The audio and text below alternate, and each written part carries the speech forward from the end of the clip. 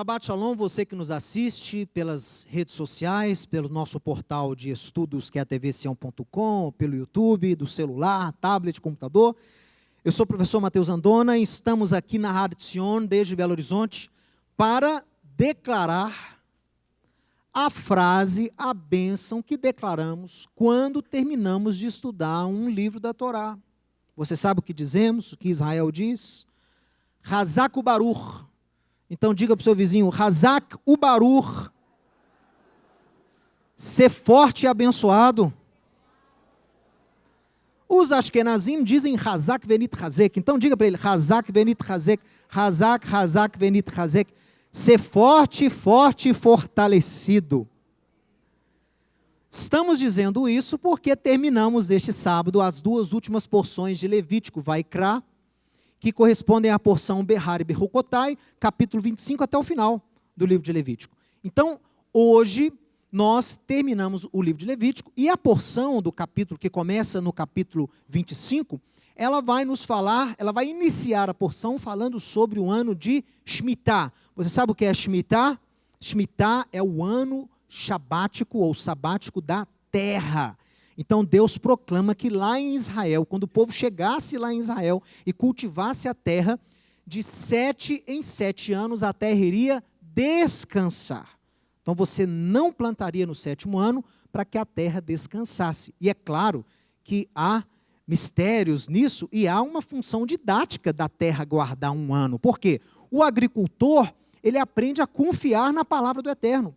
No capítulo 25, ele diz, olha, vocês não vão ficar ansiosos em relação a esse ano que a terra não vai ser cultivada. Por quê? Porque no 6º ano, que é o ano que antecede o ano sabático da terra, eu vou abençoar a colheita de vocês e vai ser uma colheita triplicada, para poder abençoar você nos 3 próximos anos, para que você então possa voltar a plantar no 8º e colher no 9º e não ter problema nenhum de sustento. Então o agricultor aprendia a confiar em Deus. E olha só, de 7 em 7 anos, assim como nós de 6 em 6 dias guardamos o Shabat ao Eterno, a terra de 6 em 6 dias guarda o 7º ano ao Eterno, e contando-se 7 semanas de anos, no 50º ano, Israel celebraria o ano de Yovel, ou Jubileu. É aquele ano que nós temos vários estudos já no nosso portal aí sobre esse evento importante, ano de jubileu, ano de libertação, os escravos eram libertos, as dívidas eram perdoadas e as propriedades originais voltavam para os donos, as propriedades voltavam para os donos originais. De uma certa forma, era uma época, no aspecto político, onde Deus equalizava a sociedade novamente.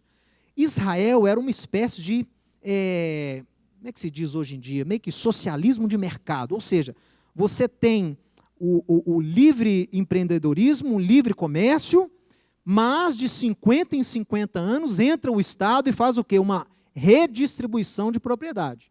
Então, as dívidas eram perdoadas e as propriedades, às vezes o judeu tinha que vender uma propriedade para pagar uma dívida, essa propriedade voltava para os herdeiros originais. Viu? Então era algo fascinante que existia em Israel e tem um conceito espiritual profético tremendo.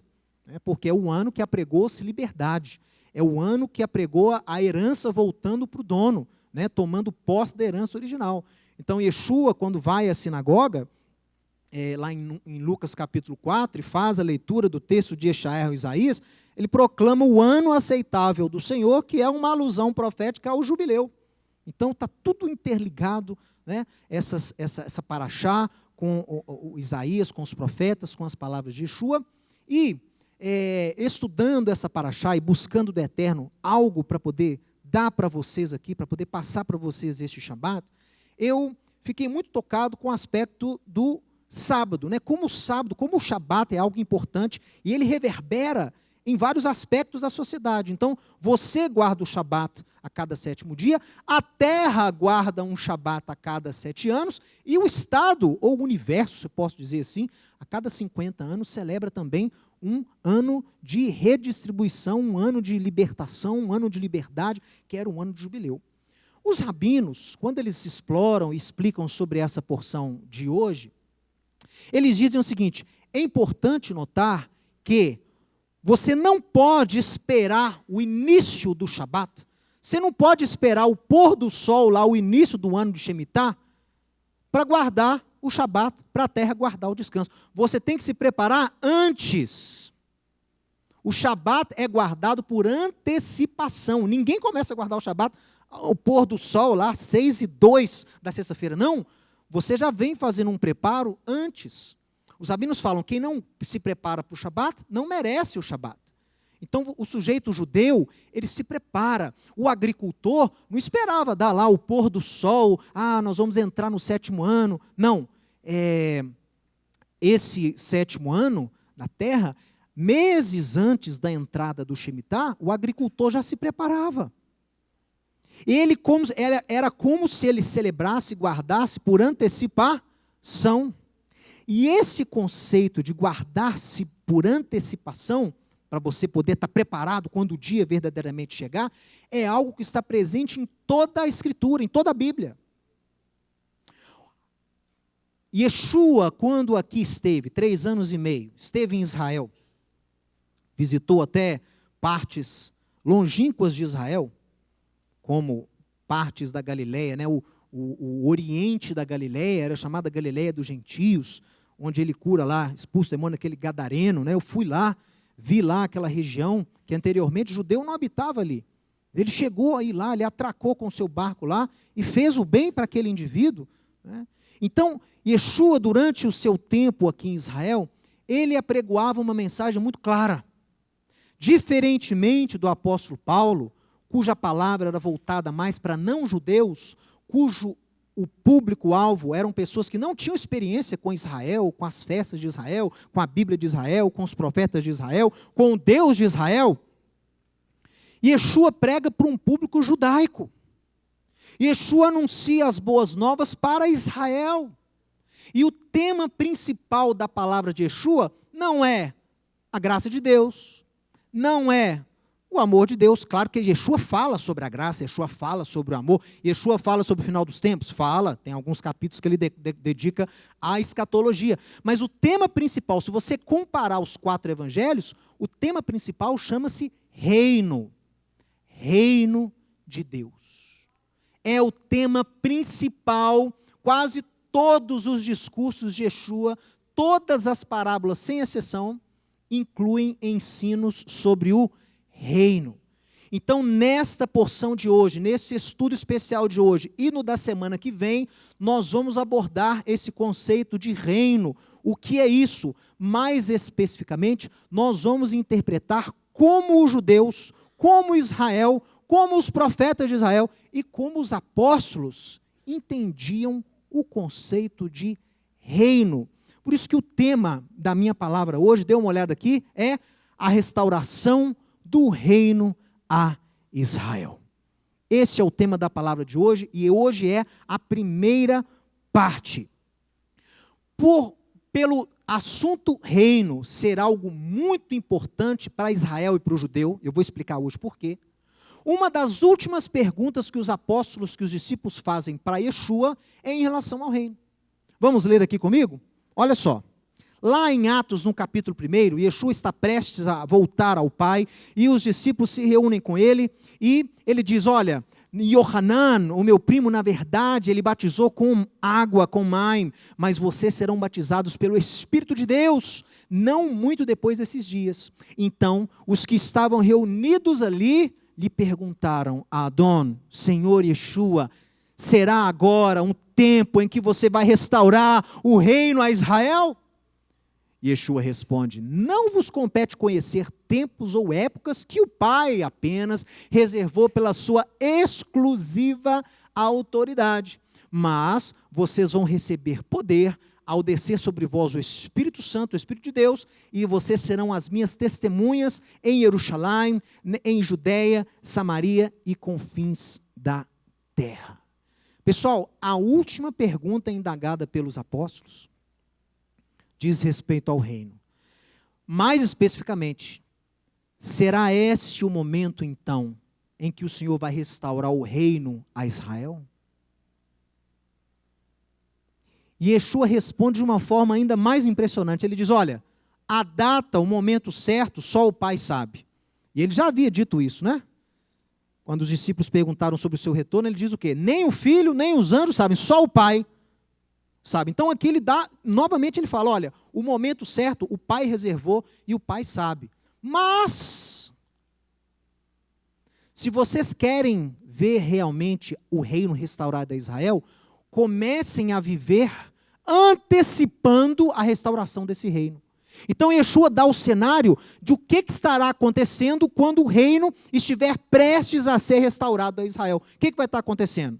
Vocês vão receber poder, ao descer sobre vocês o Espírito do Eterno, e vocês vão então testemunhar em Jerusalém, Judeia, Samaria e confins da terra. Isto é uma amostra do que é o reino restaurado a Israel.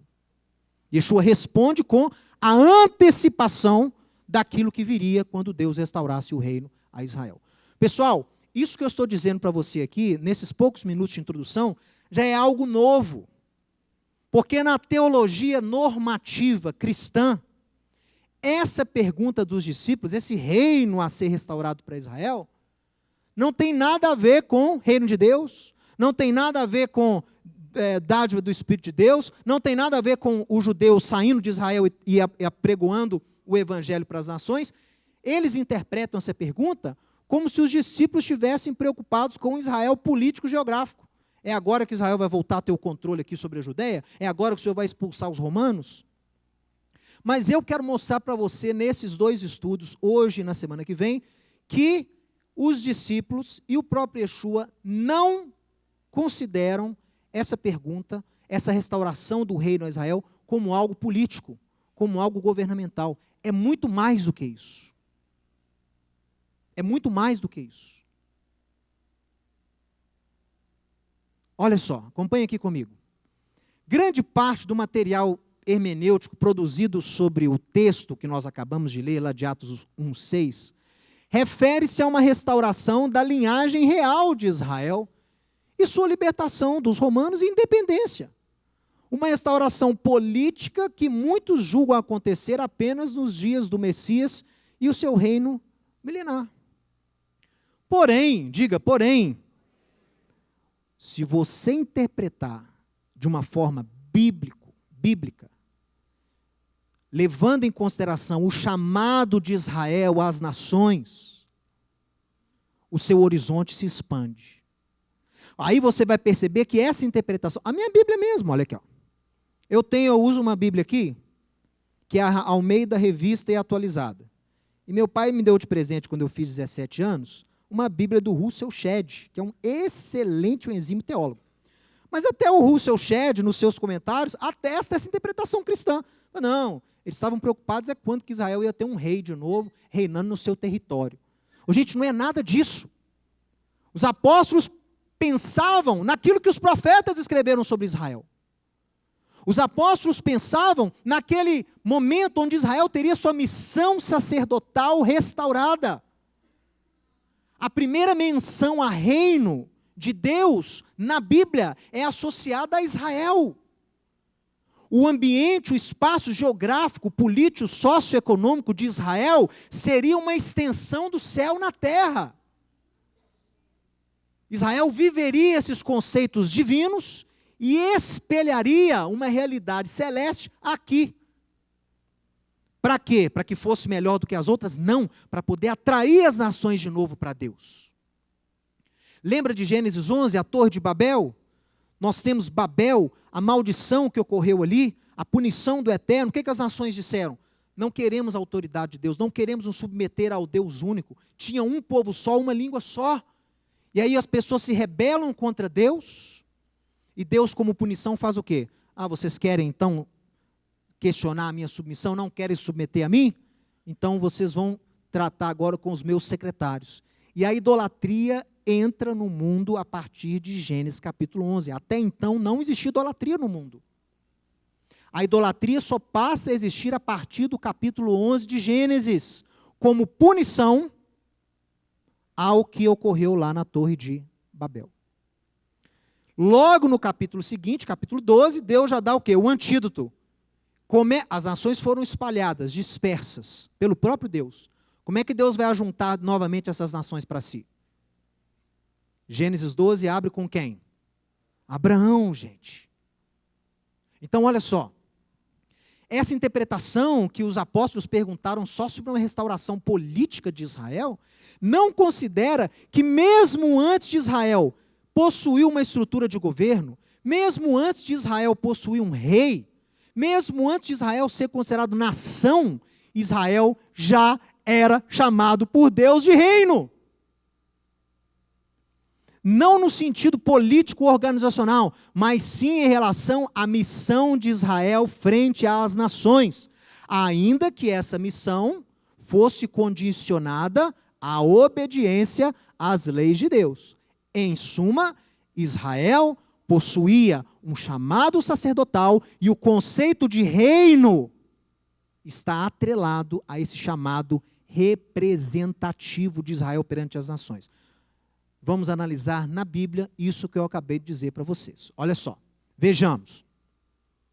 Gênesis capítulo 12, eu acabei de citar aqui, vou ler para você. Ora, disse o Eterno a Avram, sai da sua terra, sai você da tua terra, da tua parentela, dos seus parentes, viu? Tem que sair dos parentes, da casa do pai e vai para a terra que eu te mostrarei. E lá eu vou te fazer uma grande nação. Para quê? Lá eu vou te abençoar, lá eu vou te engrandecer o nome, ou seja, você vai ficar conhecido no mundo todo. Para quê? Porque eu vou abençoar os que te abençoarem e vou amaldiçoar os que te amaldiçoarem. Para quê? Porque em você e na sua semente, Abraão, serão abençoadas todas as famílias da terra. Então aqui com Abraão você já tem uma antecipação desse chamado sacerdotal de Israel. Quando você vai analisar as palavras que Deus dá a Moisés lá no Sinai, olha o que Deus diz para aquele povo ali reunido aos pés do monte. Subiu Moisés a Deus e no monte do Eterno, o Eterno o chamou e lhe disse: assim falarás à casa de Jacó e anunciarás aos filhos de Israel. Tendes visto o que fiz aos egípcios, como vos levei sobre asas de águia e vos cheguei a mim. Isso aqui é fantástico, os rabinos expandiram isso aqui, não dá tempo de eu falar para vocês, mas tem interpretações fantásticas com esse negócio de asas de águia, tá? Mas vamos passar. Olha, e agora, pois, se vocês diligentemente ouvirem a minha voz e guardarem a minha aliança, está vendo a condicional? Então, vocês serão minha propriedade peculiar, amsegula, dentre todos os povos, porque a terra é minha. E na paraxá de hoje, Deus repete a mesma coisa. A terra é minha, vocês não vão vender em perpetuidade, porque a terra é minha. Vocês são peregrinos estrangeiros aqui para mim. Continuando, vocês então, se guardarem a minha aliança e ouvirem a minha voz, vocês serão para mim um reino de sacerdotes e uma nação santa. São essas as palavras que vocês falarão a Israel. Pessoal, aqui está a prova que a noção de reino já é dada para Israel muito antes de existir um rei. O status de reino já é dado para Israel muito antes deles terem chegado em Canaã, pessoal. Esse é um chamado profético, sacerdotal. Israel seria constituído uma extensão do reino dos céus na terra. Propriedade particular do Eterno. Para quê? Para poder cumprir o que Deus disse a Abraão. Em ti serão benditas todas as famílias da terra. Olha aí o chamado sacerdotal. O judeu existe, por definição, para abençoar a sua vida. O judeu existe, por definição, para poder levar bem, para poder atrair você a Deus, para poder atrair as nações novamente a Deus. Só que Israel não tem como cumprir esse chamado sozinho. Precisa de um elemento da parte de Deus para potencializar Israel, e através desse elemento Israel consegue cumprir, ou conseguirá cumprir esse chamado de abençoar as nações, de trazer as nações de volta para Deus. Esse elemento que você vai ver daqui a pouco é o renovo de Deus, Tsemar. É o renovo de Davi. Quem é o renovo de Davi? O Messias Yeshua. Então, Yeshua, como judeu, ele vem para Israel. Por isso que Yeshua não foi pregar na Europa. Por isso que Yeshua não atravessou o Atlântico, foi pregar nas Américas. O chamado dele era para Israel, as ovelhas perdidas da casa de Israel. Por quê? Porque a missão dele é potencializar Israel a cumprir a sua missão de congregar as nações de novamente a Deus. Israel vai ser um instrumento, o palco, na verdade. Né? O instrumento é o Messias, Israel é o palco onde isso tudo vai acontecer. Olha só, deixa eu analisar mais textos com você que falam sobre essa missão sacerdotal de Israel. Olha, eu sempre leio esse texto aqui. É um texto que Tiago repete lá em Atos capítulo 15. Olha só, então eles entendiam essas coisas. Porque eu darei ordens e sacudirei a casa de Israel entre todas as nações, assim como se sacode o trigo no crivo. O que é isso? Ele está falando do congregar o Israel novamente para si. Então ele vai chacoalhar, vai tirar os judeus e vai levar os judeus de volta para a sua terra prometida. E nessa época, onde o judeu começar a voltar, naquele dia, eu levantarei o tabernáculo caído de Davi. Atenção nessa expressão. Tabernáculo caído de Davi. Não está falando aqui de um local físico. Não está falando do tabernáculo de Davi lá em Shilo, nem do tabernáculo em Jerusalém. Por quê? Porque isso não existe mais. Está falando de um tabernáculo caído de Davi, onde Deus vai o quê? Restaurar. Vai reparar as suas brechas. Então ele tem brechas hoje? Tem. Vai levantar das suas ruínas, ele está em ruínas hoje? De certa forma, sim. E vai restaurá-lo como ele era nos dias da antiguidade. Para quê, gente? Para que vai haver essa restauração desse tal tabernáculo caído de Davi? Que seria o quê? Na minha opinião, e vou provar para você, o tabernáculo de Davi representa a missão sacerdotal de Israel. Tabernáculo é um local de adoração para as nações. Então, quando Deus promete, eu vou levantar, eu vou fechar as brechas, eu vou restaurar o tabernáculo caído de Davi, é uma menção direta àquilo que os profetas anunciaram. Israel sendo luz para as nações. Tanto é, olha o que a conclusão do texto diz. Para que eu vou restaurar essa missão sacerdotal de Israel? Para que Israel possua o restante de Edom. Edom aqui é a mesma palavra de Adão, então pode ser traduzida como homens ou nações. Para que Israel possua o restante das nações que são chamadas pelo meu nome, diz o Senhor que faz essas coisas. Mudarei a sorte do meu povo de Israel, reedificarão as cidades assoladas, nelas habitarão, plantarão vinhas, beberão o seu vinho, farão pomares e lhes comerão o fruto. Plantá-los-ei na sua terra, e dessa terra que lhes dei, já não serão arrancados, diz o Eterno, o seu Deus. Pessoal,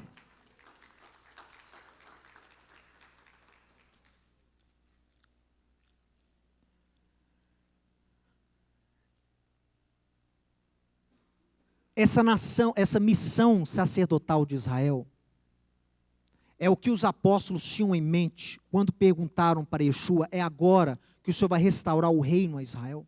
Que o Senhor vai restaurar nosso status de reino, igual o Senhor falou lá em Êxodo?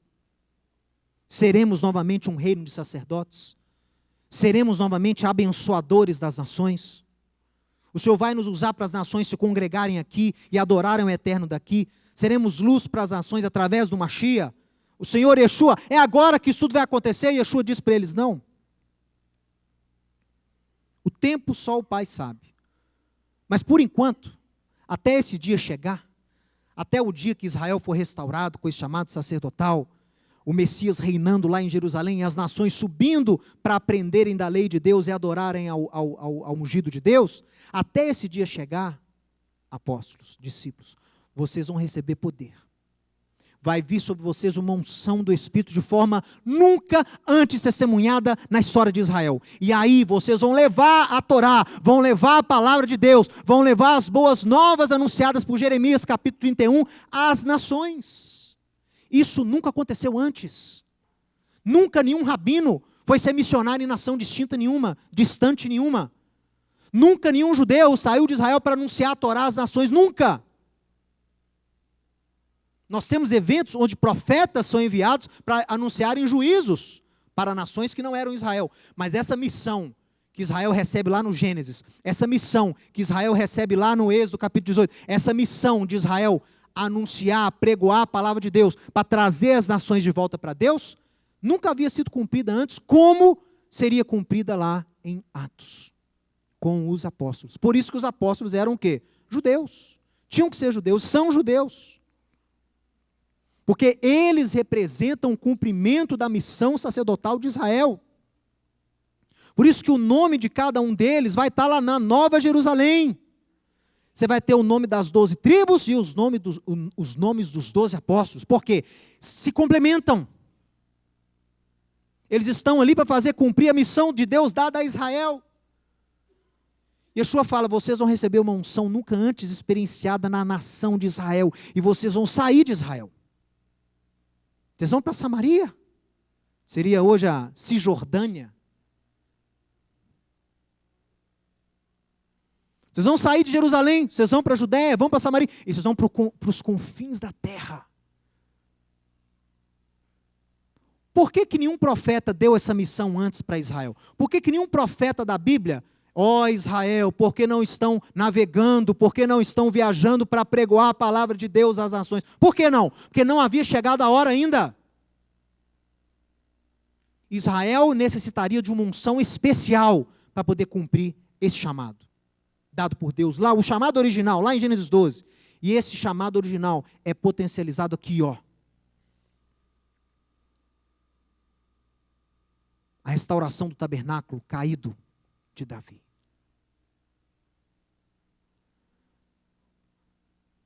Gente, tudo que está por vir, tudo que você lê em Apocalipse, tudo que você lê em Daniel, tudo que você lê em Isaías, em Ezequiel, em Amós, em Oséias, tem a ver com Israel.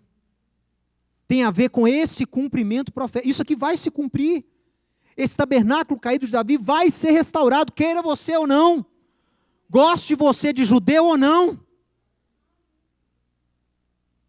Primeira vez que eu morei em Israel, primeiro dia que eu entrei lá no escritório do Rabino Shulam, eu vi um cartaz na porta do escritório dele tinha um cartaz, e o cartaz dizia assim, se você não gosta de judeus, saiba que o céu estará cheio deles.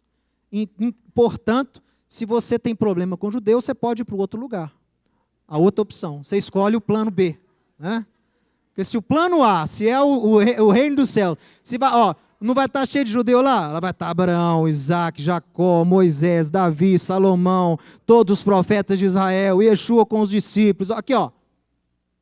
Se você não gosta de judeu, eu não gosto de judeu. Tudo para você é judaísmo, né? Vai falar alguma coisa relacionada a Israel, está judaizando. Está judaizando. Já veio o Mateus judaizando. Então, se está judaico demais para você, escolhe outro lugar para você ir. Porque o céu vai ser extremamente judaico. Vai ter só judeu, entendeu? Vai ter só judeu, vão celebrar as festas de Israel. Então não fica um lugar, você fica sem lugar para ir. Com certeza essas coisas não vão ter. Aliás, judeu vai ter também no outro lugar. Mas pelo menos festa não vai ter. Festa não vai ter. Né? Então, às vezes, você quer ir para outro lugar. Ué. Por quê, gente? Não tem como você tirar Israel de uma teologia, de uma escatologia, de uma noção de reino. Você entende? Olha aqui. Eu estou tentando ensinar para você a noção de reino de Deus no contexto original. Que as pessoas leem os evangelhos, e Yeshua fala sobre reino lá extensivamente. A pessoa acha que o reino de Deus é semelhante ao grão de mostarda. O reino do céu é semelhante ao homem que comprou um campo. O reino de Deus, o reino do céu. Essa mensagem para o judeu, para as pessoas que ouviram as palavras de Yeshua, ela é muito clara. Muito clara. Mas quando essa mensagem começou a sair de Israel, para pessoas que não possuíam um contexto histórico, gregos, romanos, gauleses ou sei lá o quê, se tornou muito fácil da pessoa alegorizar e distanciar o conceito de reino de uma realidade. É o que acontece com Israel.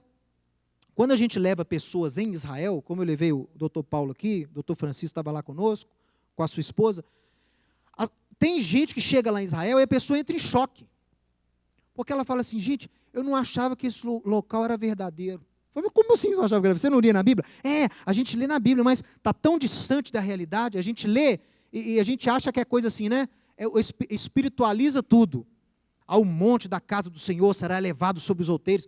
O monte da casa do Senhor é a igreja. Deus vai elevar a igreja acima das nações, né? A Jerusalém e tal. Não, a Jerusalém é a Jerusalém celeste que me interessa. Quando o sujeito chega lá, de uma hora para outra, a Bíblia se torna o quê? Real. Cada monte, cada vale, cada montanha, cada caminho tem uma história na Bíblia. A Bíblia salta das páginas e fica viva novamente. Os platonistas têm muito problema de ir em Israel, porque tudo para eles é espiritual, tudo é alegórico. Quando chega lá e vê o objeto da profecia, a pessoa sucumbe, a pessoa não entende. Gente, mas não era o Israel espiritual? Não era Jerusalém espiritual? Não era não sei o que espiritual? Quando ela vê que as coisas existem, que são materiais, tangíveis, tocáveis, a pessoa cai na real. Então, essa noção de reino de Deus é a mesma coisa. O reino dos céus. Nós vamos falar semana que vem. Que negócio é esse de reino do céu e reino de Deus? Vocês acham que é a mesma coisa? Vocês acham que são entidades, lugares diferentes? O que vocês acham? Porque Yeshua tem hora que ele fala reino de Deus, tem hora que ele fala reino dos céus. Por que ele faz essa diferenciação? Qual é a diferença de reino dos céus e reino de Deus? A igreja romana explicou. A igreja romana disse, olha, reino dos céus é no céu e reino de Deus é a igreja na terra. Essa explicação foi institucionalizada por Constantino, no século IV. Mas eu digo a você que está errado isso não é certo. Semana que vem nós vamos falar sobre essa diferença. Mas reino de Deus, para adiantar, para você sentir um pouquinho o que está por vir na semana que vem, vamos antecipar um pouquinho. Reino de Deus é algo tocável, tangível. Reino de Deus existe. Tanto é que Yeshua abre o seu discurso na terra dizendo o quê? Eis que o reino de Deus já está às mãos, já está aqui, já está pronto para você.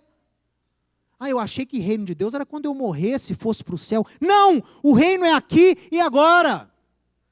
É por isso que Israel recebe essa promessa, se vocês andarem nos meus estatutos, vocês vão ser Israel. Aqui na terra, no Oriente Médio, vocês vão ser lá vocês vão ser reino de sacerdotes. Vão abençoar todas as nações. Vão aproximar as nações a Deus. Através de quem? De Yeshua. Eu não estou falando que Israel entra no lugar de Yeshua. Pelo contrário, Yeshua é aquele que faz Israel cumprir essas profecias que foram dadas a ele. Olha só.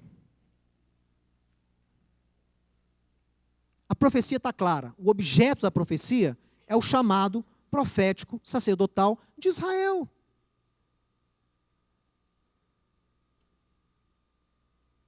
Mas tem um problema. Espera aí, Mateus. Então, se é um reino,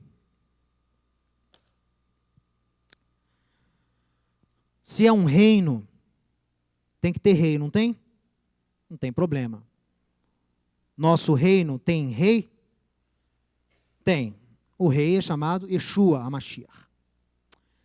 Mateus, se há um reino, tem que ter um espaço geográfico. Tem? Tem. O nosso reino tem uma sede chamada Sião. De Sião, Deus vai abençoar o mundo todo, as nações todas. Mateus, espera aí. Se é um reino, tem que ter leis. Nosso reino tem lei? Tem. O reino de Deus tem leis. Leis santas. Que Deus deu para a humanidade. Então, nosso reino é um reino bem específico. Mas, há requisitos para alguém entrar nesse reino. Há regras para alguém se tornar cidadão desse reino. Pense com você aqui. Pense com você e ouça as minhas palavras. Se Israel é chamado pelos profetas, Israel era tido na cabeça do judeu como uma extensão do reino de Deus na terra, ou seja, reino de Deus na terra é o Israel, como que o que uma pessoa que não era desse Israel deveria fazer caso ela quisesse entrar no reino de Israel? Vocês sabem?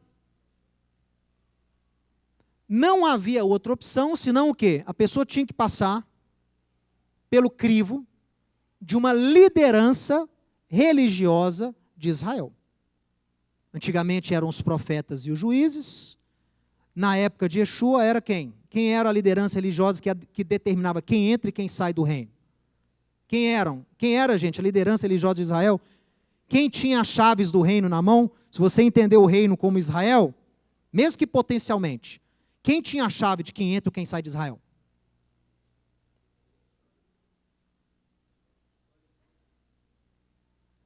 O sinédrio, gente. Os fariseus e sacerdotes, a autoridade religiosa de Israel. Eles tinham nas mãos o quê? A autoridade. Eu quero me converter ao judaísmo. Você não pode se converter no seu quarto sozinho. Se você não passar pelo crivo desse Beit Din, desse sinédrio, você não é reconhecido. Então, o sinédrio exercia até os dias de Yeshua a autoridade. Eles tinham a chave nas mãos. Os fariseus tinham as chaves nas mãos. Os saduceus tinham chaves nas mãos. O sinédrio em si, né? Eles determinavam. Não estou falando quem entra no reino de Deus, não. Estou falando quem entra em Israel, no reino físico aqui. Ok? Não tinha como o sujeito entrar se ele não se convertesse ao judaísmo. Não era muito difícil. Agora, olha aqui o que Yeshua diz para Pedro, lá em Mateus, no capítulo 16. E foi um privilégio para mim dar essa palavra para o pessoal que viajou conosco agora, mês passado, lá em Cesareia de Filipe, onde isso aconteceu. E eles viram com os olhos as mesmas paisagens que os discípulos viram quando ouviram essas palavras aqui, quando houve esse diálogo. Indo Yeshua para os lados de Cesareia de Filipe, que fica lá no norte, ele perguntou para os discípulos: quem diz o povo ser o homem? Né? O Messias. Eu. E eles responderam: olha, uns dizem que você é João Batista, outros Elias, e outros Jeremias, ou algum outro profeta. Mas Yeshua continuou: e vocês? Quem vocês dizem que eu sou? Shimon Quefas, Simão Pedro, se adiantou e disse: Atá o Amashiach ben Elohim Chaim, tu és o Messias, filho do Deus vivo. Então Yeshua lhe afirmou: feliz é você, Simão Bar-Yoná, porque não foi carne e sangue que te revelaram isso, mas o meu Pai que está nos céus. Também eu te digo que tu és Petrus, pedra, e sobre essa rocha, sobre essa pedra, edificarei a minha kahal, a minha comunidade, e as portas do inferno não prevalecerão contra essa comunidade, essa igreja. A igreja está em grego, né? Eclésia, kahal é a mesma coisa. Olha agora é o meu ponto. Leia aqui. Dar-te-ei as chaves do reino dos céus. E o que você permitir na terra será permitido no céu, e o que você proibir na terra será proibido no céu. Pessoal, só consegue entender essa palavra de Yeshua quem entende sobre qual reino Yeshua está falando e qual reino ele se refere. Se reino dos céus, reino de Deus, podemos entender como sendo a condição onde Israel cumpre ali o seu chamado sacerdotal e as leis de Deus, a realidade dos céus é vivida aqui na terra, se isto pode ser considerado reino, por que Yeshua fala que vai dar a chave para o reino para o Pedro, para os apóstolos? Porque a chave não estava com Pedro. Quem detinha essa entrada antes? Quem tinha essa chave antes? Nós vamos ler agora. Indo então, falou Yeshua às multidões e aos seus discípulos.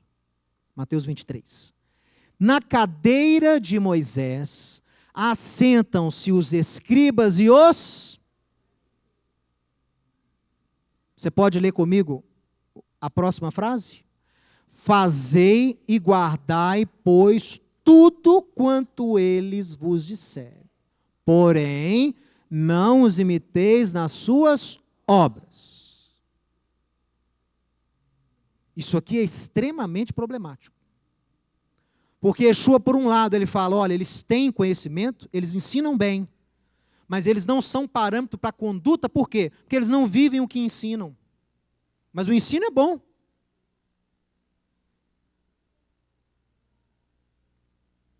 Só que eles não têm testemunho. Alguns aqui eram chamados de hipócritas. Deixa eu falar para você uma coisa. Aqui em Mateus 23, há um discurso muito duro de Yeshua em relação aos fariseus. Não só aqui. E quando Yeshua usa a expressão hipócritas, ele não está se referindo a todos os fariseus. Por que eu sei disso? Porque senão eu não teria falado isso aqui em 23:1, ó. Do 23, verso, fazei tudo o que eles vos disserem?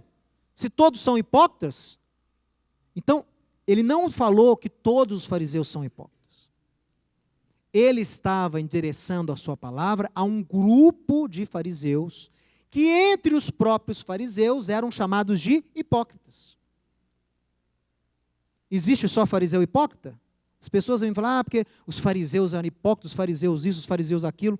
Eu falei, gente, olha, assim como tinha fariseu hipócrita, hoje tem pastor hipócrita, tem rabino hipócrita, tem profeta hipócrita, tem apóstolo hipócrita. Tem ou não tem? Então Yeshua endereçou a esse grupo. E onde eu me basei para falar isso?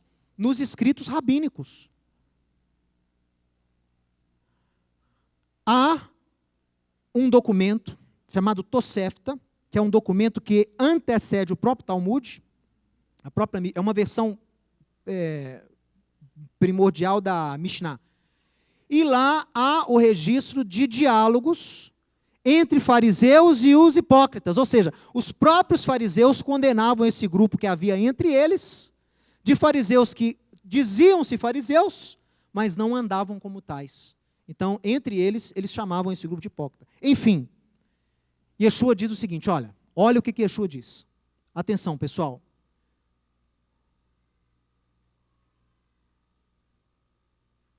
Aqui é 1-3. Ó.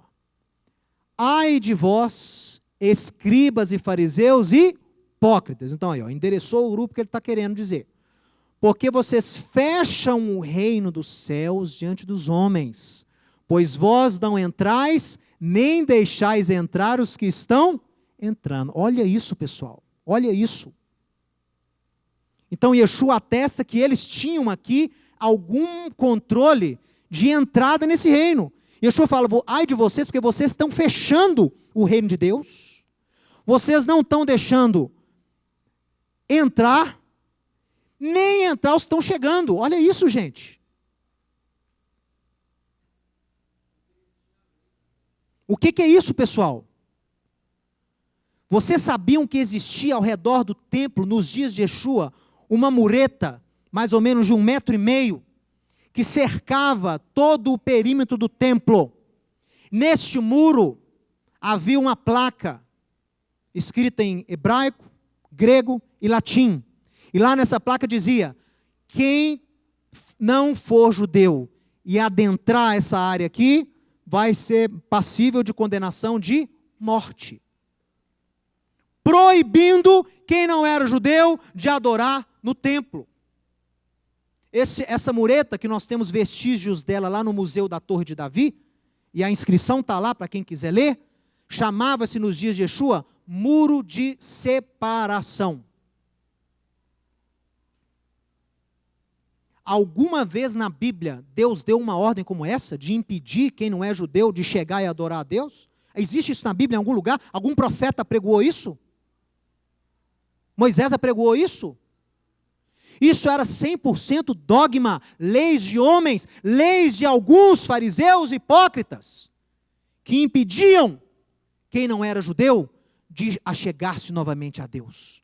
Porque Deus sempre teve aqueles que o buscavam, aqueles que o adoravam em espírito e em verdade, ao redor do mundo. E essas pessoas naturalmente sentem uma identificação com Israel. E quando iam para tentar adorar a Deus um tempo, o que encontrava lá? Uma acepção de pessoas, um racismo. Chegava ao absurdo do judeu não poder entrar na casa de quem não é judeu. Yeshua está lá, recebe aquele centurião, né? Ah, vai curar o meu servo, ele está enfermo. Ele fala, Yeshua fala, eu vou lá. O servo fala, não é digno você entrar na minha casa. Eu não sou digno de você entrar na minha casa. Por quê? Porque ele sabia que muitos desses fariseus, não eram todos, muitos haviam feito essas leis de homens, chamadas de dogmas, ordenanças de homens, que proibiam o quê? O gentio de ter contato com o judeu. O judeu não podia entrar na casa do gentio, era considerado impureza. Não podia entrar no templo, não podia sentar para comer com quem não era judeu. Gente, isso estava muito enraizado na cultura judaica da época. Até hoje. Até hoje. Em muitos meios ortodoxos, o ortodoxismo hoje descende do farisaísmo dos dias de Yeshua. O que nós temos hoje, em termos de ortodoxia judaica, vem do farisaísmo dos dias de Yeshua.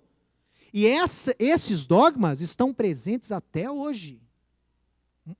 Não em todos, volto a dizer, não estou generalizando, mas em muitos estão presentes.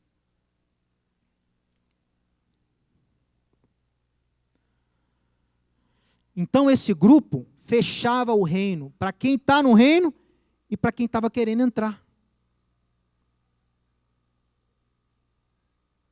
Aí, deixa eu ler para você aqui a parábola desde o início. Abra sua Bíblia em Mateus 21. Já estamos concluindo o estudo. Mateus capítulo 21. Deixa eu ler com você aqui. A partir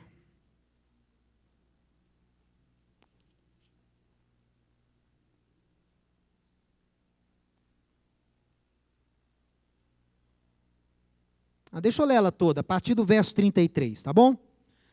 O que eu quero ler essa palavra, mais para concluir o nosso estudo? Porque é a parábola de Yeshua mais mal interpretada de todas, na minha opinião. De todas as palavras de Yeshua, a que as pessoas interpretam mais de forma errada, é essa aqui de Mateus capítulo 21. Então vamos ler a partir do 33, nós vamos ver o que estava acontecendo lá nesse diálogo de Yeshua. Ele estava dialogando com alguns sacerdotes e anciãos do povo, ok? Pessoal do Sinédrio, depois você vai ver que tinham também alguns fariseus, mas estava lá representantes do Sinédrio, e Yeshua estava discutindo com eles no templo, lá em Jerusalém. Aí ele diz, atentai para outra parábola. Havia um homem, olha para mim, esqueci de falar uma coisa aqui. Você sabe por que Yeshua ensinava por parábolas? Quem já fez o curso com a gente aqui, foi ensinado. Parábola, Agadá, é um modo hebraico de você ensinar para as pessoas certas captarem. É você dar o recado e quem precisa receber o recado, recebe. A maioria não entende. Por isso que ele ensinou por parábolas. E ele diz isso lá em Mateus 13. Os discípulos perguntam, por que você ensina por parábolas? Ele responde, porque a vocês foi dado conhecer os mistérios do reino, para eles não. Por isso que ele fala no final da parábola, quem tem ouvidos para ouvir, ouça. A parábola é uma forma de você dar o recado de uma forma mais light. Entendeu? Por quê? Às vezes você pode ser preso, pode ser perseguido, às vezes você pode ser ameaçado, entendeu? E Yeshua faz isso na parábola da semente de mostarda. Ele queria falar de Israel, ele queria falar que o Israel, que hoje os romanos estavam oprimindo, vai crescer, vai cumprir as profecias de Deus e vai servir o quê? De ninho. Ele vai estender os ramos e vai servir de ninho para as nações da terra, simbolizando o quê? As nações voltando e adorando a Deus em Israel. Só que se Yeshua falasse isso, deixa eu citar para vocês aqui Isaías 2, eis que virão dias e tal. O que os romanos que estavam lá do lado iam fazer com ele? Iam prendê-lo na hora, não pode falar uma coisa dessa assim aberta. Então, para ele ser meio politicamente correto, ele usou a parábola. O reino, olha aí, ó, o reino de Deus é como a semente de mostarda. É a menor de todas as sementes. Aí o judeu, está falando por parábola. Por que ele sabe que é parábola? Porque a mostarda não é a menor das sementes. Yeshua mentiu? Não, ele estava usando uma parábola. O que ele quer dizer com mostarda? Continua. Que é a menor das sementes, mas plantada. se torna árvore e expande os ramos, de forma que as aves do céu venham aninhar-se nos seus ramos. Quem tem ouvidos para ouvir, ouça. Bum! Deu a mensagem. O romano pensou, que bobo, não sabe nada de botânica, né? Esses judeus são tolos. Será que esse tal de Messias e Yeshua, filho de José, não sabe que a mostarda que ele está falando não cresce mais do que meio metro? E que nem beija-flor consegue fazer ninho em ramo de mostarda? Esses judeus são doidos. Quem tem ouvidos para ouvir, ouça. Aqui ele se referiu, leia Ezequiel capítulo 17. Ele chamou essa profecia lá de Ezequiel 17, final do capítulo. Que Israel vai o quê? Deus vai exaltar Israel dentre as nações, Deus vai expandir os seus ramos e as nações virão a Israel adorar a Deus. Olha só, Israel vai ser o quê? A abençoadora das nações. Mas se Yeshua falasse isso, o romano prendia ele na hora. Então, falou por parábolas. Mais uma parábola em Mateus 21. Agora que você entende o que é a parábola, preste atenção. Mateus 21. Outra parábola lhes disse e contou o seguinte: o reino dos céus é semelhante a um homem. Havia um homem, dono de uma casa, versículo 33 de Mateus 21. E ele plantou uma vinha, cercou a vinha com uma sebe, construiu nela um lagar, edificou uma torre e arrendou-a a uns lavradores. Depois se ausentou do país. Ao tempo da colheita, enviou os seus servos aos lavradores para receber os frutos que lhe tocavam. A parte dele, né, gente? Arrendou a terra, vai receber os frutos que lhe compensam, que lhe convém. E os lavradores, agarrando os servos que o dono do campo tinha mandado, espancaram um, mataram outro e outro apedrejaram. Então, ainda enviou outros servos em maior número, e os lavradores maus trataram da mesma forma aqueles homens. Por último, enviou o seu próprio filho, dizendo: a meu filho respeitarão. Mas os lavradores, vendo o filho, disseram entre si: esse aí é o herdeiro, ora, vamos, matamo-no, e apoderemo-nos da sua herança. E agarrando-o, lançaram-no fora da vinha e o mataram. Quando, pois, vieram, aí Yeshua pergunta para aqueles sacerdotes lá e religiosos: quando vier, pois, o senhor da vinha, o que fará aqueles lavradores? Responderam-lhe: fará perecer horrivelmente a esses malvados e arrendará a vinha a outros lavradores, que lhe remetam os frutos nos devidos tempos. Perguntou-lhe Jesus: nunca lestes nas Escrituras? Que ele aqui cita Salmo 118, que é um salmo messiânico, né? A pedra que os construtores rejeitaram veio a ser a principal pedra, a pedra angular. Isso procede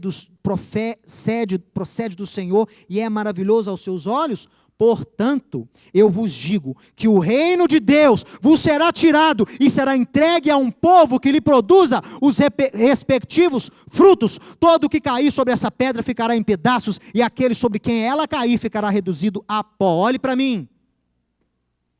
95% do mundo cristão lê essa parábola e diz o seguinte: está vendo? Deus tirou a missão de Israel e deu essa missão para a igreja. Deus tirou a missão de reino de Israel e deu essa missão para a igreja. Israel não representa mais o reino de Deus. Israel não tem mais missão sacerdotal alguma, porque as escolhas, os dons e as vocações que Deus deu a Israel foram revogadas em Cristo. E aqui está a prova com as palavras do próprio Jesus. Que falou mal dos fariseus, que falou mal dos escribas, que falou mal dos líderes religiosos, que falou mal dos saduceus. Os saduceus não entendiam, os saduceus eram tolos, os fariseus eram duros de coração, os fariseus eram burros, os fariseus não entendem. Ô meu amigo, minha amiga, olhe para mim. Todos os fariseus que ouviram essas palavras de Yeshua entenderam. Os pastores que leem não entendem. Vamos ler? Terminou a parábola. Leia para mim o verso 45. Os principais sacerdotes e fariseus, ouvindo essa palavra, entenderam que era a respeito deles que Yeshua falava. Estão lendo aqui, pessoal? Não é uma retirada de chamado de Israel, era uma retirada das chaves do reino das mãos da liderança religiosa de Israel, das mãos dos fariseus, ou saduceus, ou do sinédrio, como você quiser dizer. A chave, a entrada não está mais com fariseus. a entrada do reino de Deus, a entrada para você fazer parte do povo de Deus, não estão mais com os judeus ortodoxos. A quem foi dada essa chave?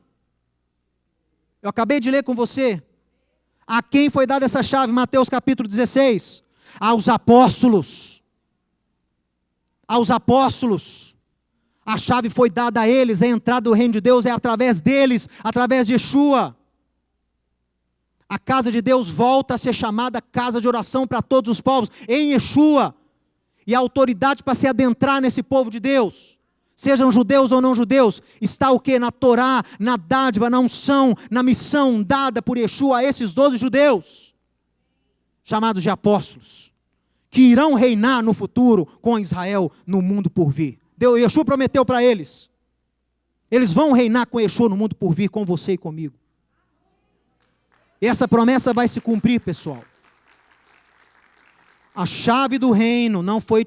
A missão sacerdotal de Israel não foi extinta. Olha como é que isso é incoerente, gente. Teve uma pessoa que me escreveu dizendo assim, você não entende o que Yeshua falou lá para os judeus? Aí já generalizou, né? Ele falou para os judeus que o reino será tirado e dado a um outro mais merecedor. Então, foi tirado de Israel porque rejeitaram Yeshua. E foi dado para a igreja, que é um povo mais digno, merecedor. Ah, então o que Deus escolheu lá atrás foi revogado. Sim, foi revogado por Cristo. Então a promessa, as escolhas, a vocação que Deus deu a Israel lá atrás foi revogada. Sim, foram revogadas em Cristo. Irmão do céu, você não lê Paulo? Paulo começa o capítulo 11 dizendo, por acaso Deus rejeitou o povo que de antemão escolheu? Ele mesmo responde, não, de maneira nenhuma, porque eu também sou israelita da tribo de Benjamim. E daí, se alguns rejeitaram, a incredulidade de alguns vai atrapalhar, anular a fidelidade de Deus, gente? E no final do capítulo ele diz, Deus não rejeitou o seu povo a quem de antemão escolheu, porque os dons e a vocação de Deus são irrevogáveis. O mestre não pode falar contra o mestre, não pode falar, o discípulo não pode falar contra o mestre, gente. O discípulo não pode falar contra o mestre. Não pode haver contradição. Um ensina uma coisa, o discípulo ensina outra. A lei já passou. Como que o discípulo vai ensinar uma coisa que o mestre não ensinou? Mateus 5 ele diz, não vai passar nada da lei, nem um tio, nem um iudo, até que passem céus e terra. E ele falou, nesse mesmo capítulo, a justiça de vocês tem que exceder em muito a justiça dos escribas e fariseus. Então nós temos que prestar atenção, pessoal, em ler a Bíblia sem os óculos de Roma. As pessoas leem Mateus 21 como se fosse um atestado de culpa para o judeu. Está aqui, ó, a prova que o judeu foi rejeitado, que agora é a igreja. Que é isso?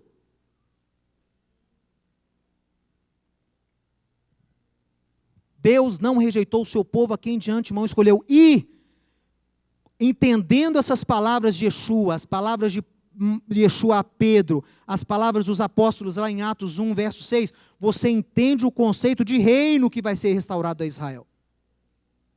É o tabernáculo caído de Davi, que Deus restaura das suas ruínas. E a prova é que o tabernáculo caído de Davi está falando de Israel, porque a conclusão do capítulo 9 é de Israel. Vou restaurar a sorte do meu povo Israel. E eles vão para a terra, vão plantar vinhas, vão ser prósperos e de lá não vão mais ser retirados.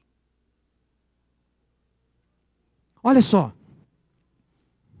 Pessoal, portanto, Yeshua dizendo, né? Portanto, fariseus hipócritas, que eram esses que faziam parte dessa cúpula, vos digo que o reino de Deus ou o reino dos céus vos será tirado e entregue a um povo que produza respectivos frutos. Os principais sacerdotes fariseus, ouvindo, entenderam que era a respeito deles que Yeshua falava. Gente, até os fariseus entenderam, não é possível que você não vai entender. Pensa comigo, até eles entenderam, você não consegue entender isso? E a chave foi tirada. Foi tirada. Foi tirada. Olha só. Concluindo, infelizmente, a herança antinomista e antissemita da hermenêutica cristã faz com que a missão sacerdotal de Israel não seja considerada quando eles leem os textos lá como Atos 1:6. Considera-se apenas o âmbito político e geográfico, e nunca espiritual e sacerdotal. Porque Israel não tem mais planos, não tem mais lugar nos planos de Deus, na cabeça deles. Não tem esse negócio de Israel vai ser luz para as nações, Israel vai receber as nações, é Cristo que faz isso tudo. Ou seja, ele usa Cristo para anular a promessa que Deus deu através de Cristo para Israel. Gente, é uma confusão, desculpa aqui, mas é uma confusão, é um sofisma horrível. Entendeu? Você está colocando Israel acima de Cristo? Meu irmão, abra os olhos, abra os ouvidos para a palavra que está sendo dita hoje, nessa manhã, para você. Yeshua, é através dele que essas coisas são cumpridas em Israel. Israel precisa do Messias para isso se cumprir na vida, no âmbito nacional de Israel. E as profecias vão se cumprir. Israel vai ser luz para as nações. Isaías 2, escute, Isaías 2, 2, 3 vai se cumprir, queira você ou não. As nações vão subir para Jerusalém, elas vão adorar Yeshua lá, e elas vão aprender a lei de Deus lá. As nações, Zacarias capítulo 8, vão pegar 10 homens do tzitzit de um judeu, e vão falar, nós vamos com você, porque temos visto que Deus é com você, ensina-nos a palavra desse Deus. Gente, isso já está se cumprindo. Lembra que eu comecei a palavra dizendo que a gente tem que viver as coisas por antecipação? Eu já estou vivendo isso por antecipação. Olha você sentado aqui, aguentando me ouvir 57 minutos. Isso é milagre, gente. Você sair, você podia estar numa igreja grande, você podia estar numa igreja da sua tradição, numa igreja que você conhece, todo mundo te abraça, te beija, né? Você veio aqui numa sinagoga de judeus que creem em Jesus. O que você está fazendo lá, fulano? Lá esse negócio de Torá, lá canta um negócio em hebraico lá, todos sabem a mesma coisa, fulano. Né? Então o fato de você estar aqui, de você estar me assistindo agora, o pessoal que assiste depois, né? Assiste no trabalho, em casa, assiste com os amigos, assiste em congregações, o pessoal passa lá nos telões. O que isso é para mim, gente? É o cumprimento antecipado dessas profecias que estão por vir. E ai de mim, quem sou eu? Quem sou eu para ser objeto de cumprimento dessa profecia? Quando eu cito Zacarias 8, não estou falando que eu sou o judeu que todo mundo vai pegar no tzitzit dele, não. Mas estou falando que é uma amostra, é uma alegoria, é um prelúdio. Amém, pessoal? Então, olha só, não se considera o chamado sacerdotal de Israel, por quê? Porque para eles, Israel não tem mais chamado sacerdotal. Mas isso que nós vamos restaurar, diga amém, nós vamos restaurar isso. Porém, os profetas de Israel anunciaram que tal missão dada por Deus a Israel, lá em Êxodo 19:6, que já existe em Gênesis 12, será cumprida através do renovo de Deus. O mundo será aproximado a Deus com a atuação do Messias através da promessa feita a Israel. Porque os dons e as vocações de Deus são irrevogáveis. Romanos capítulo 3, qual é a importância do judeu? Qual é a importância da circuncisão? Muita sobre todos os aspectos, porque a eles, aos judeus, foram confiados a palavra de Deus, os oráculos de Deus. O judeu é melhor do que eu? Não. O judeu é melhor do que a igreja? Não. Os judeus são melhores que os não-judeus? Não. Os judeus são salvos só porque são escolhidos? Não. Os judeus são salvos porque guardam a Torá? Não. A escolha de Deus tem a ver com responsabilidade, não com salvação. Foi dado a Israel, surgiu com essa missão, pessoal, de abençoar as nações. E Yeshua vai nos fazer cumprir essa missão de novo. E eu listei aqui para vocês alguns textos maravilhosos, pessoal, maravilhosos, não dá tempo agora. Olha, Isaías 2, que é o que eu falei aqui, que as nações subirão. Isaías 4, Isaías 9, pessoal. São profecias messiânicas, pessoal, que mostram o renovo de Deus. Yeshua, o Tzemach David, o renovo de Davi, atuando, curando Israel, livrando Israel das suas iniquidades e abrindo as porteiras do reino para que outros possam entrar nesse povo escolhido. Olha só, Isaías 11, Isaías 14, Isaías 44, meu irmão, Jeremias 23, o seu nome será Adonai Tzidkenu, Senhor nossa justiça, o nome de Jerusalém também será Senhor nossa justiça. Ezequiel capítulo 17, o chamado sacerdotal de Israel. Aqui ó, Ezequiel capítulo 37, capítulo 38, capítulo 39, fala de quê? Fala do renovo de Deus, fala de Yeshua dando água pura sobre Israel, limpando Israel das suas iniquidades e confirmando a aliança que fez com Israel através de Abraão. E todas essas promessas, todas as promessas que há na Bíblia, não só as para Israel, todas as promessas para o mundo, todas elas em Yeshua são sim e amém. São as promessas que Deus dá ao seu povo escolhido, todas são cumpridas através de Yeshua HaMashiach. É Ele, através dele, vive o chamado sacerdotal dado a Israel para abençoar todas as nações do mundo. Semana que vem, nós vamos finalizar esse estudo e eu vou explicar para você, de acordo com os profetas e com os apóstolos, o que é o reino de Deus, qual é a diferença entre reino dos céus e reino de Deus e o que nos aguarda. Como é que esse reino vai se implantar fisicamente aqui na terra. Shabbat Shalom e até a semana que vem, se o Eterno assim permitir. Amém. Se você gostou e foi abençoado com esse estudo, inscreva-se em nosso canal do YouTube. Considere também ser um mantenedor do trabalho do Ensinando de Sião no Brasil, Israel e no mundo. Doações e contribuições podem ser feitas através do link na descrição desse vídeo. Um grande abraço e Shalom, Shalom.